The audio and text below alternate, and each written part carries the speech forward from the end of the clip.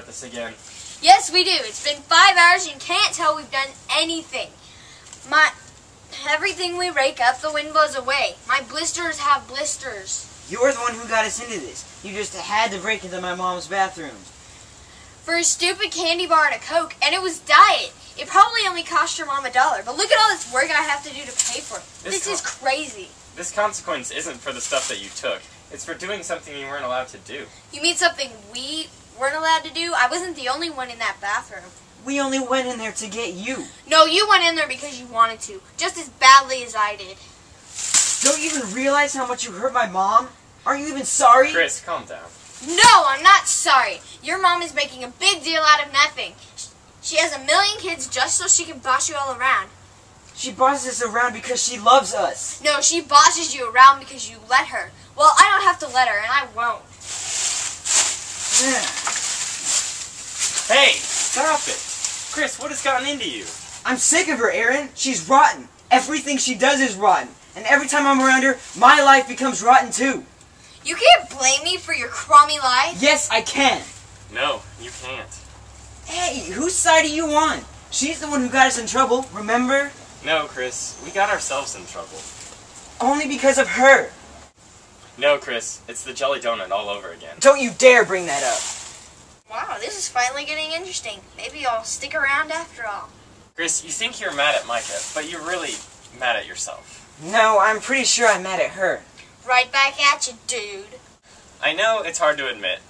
I know I went into that bathroom to get Micah, but in the back of my mind, I was really kind of hoping for a chance to get at that clue without it being my fault. And I have a feeling you were thinking the same thing. Well... And I know it's hard to admit, but Micah's not the only one who hurt Mom's feelings. We did too. Just like the jelly donut. What jelly donut? A friend of Dad's brought over a dozen donuts one time. So naturally, There wasn't enough for everybody to have one. so Dad cut them all in half. But one of them was a jelly donut, and so he didn't cut it in half. Jelly donuts are Dad's favorite. David saw Dad take the jelly donut and put it in the refrigerator for later. And when Dad left the room, David got the jelly donut and took it into the laundry room. Where we were waiting. We'd seen the whole thing. David said he'd give us a bite if we didn't tell Dad. Jelly donuts are actually everyone in the family's favorite donut, and so naturally we said yes. It was a small bite, and there was hardly any jelly. But a promise is a promise, so we didn't tell Dad. But from that time on, anytime David wanted anything from us, he'd say, "Remember that jelly donut?" We knew he'd tell Dad about the donut if we didn't do what he wanted. And since we're older, guess who would get in more trouble? And we deserved to get in more trouble. We really did know better. I mean, Dad works 3 jobs. He deserved that stupid donut. I couldn't look at him after that because I'd think about that donut, so I avoided him.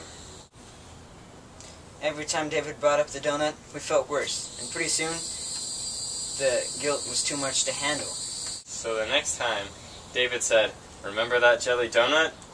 we dragged him to Dad and told him everything.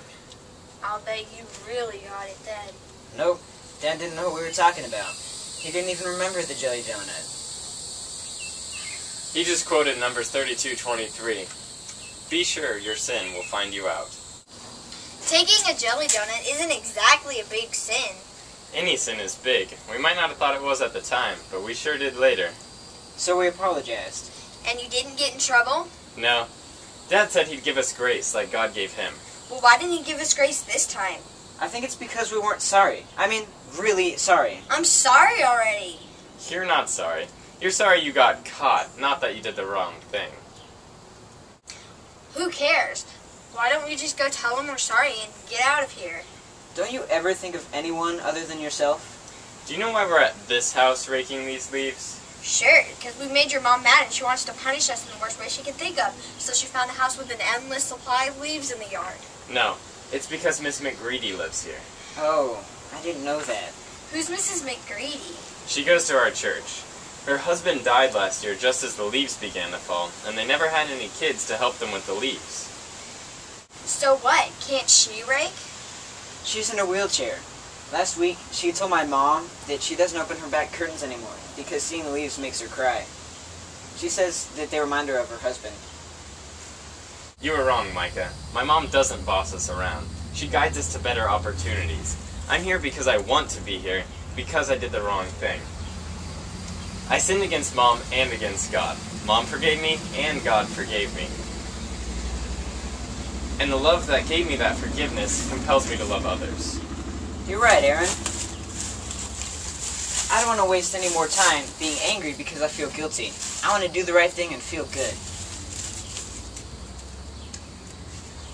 So if we really are sorry, how do we get, well, you know? Forgiveness from God? Let me tell you about it. It's the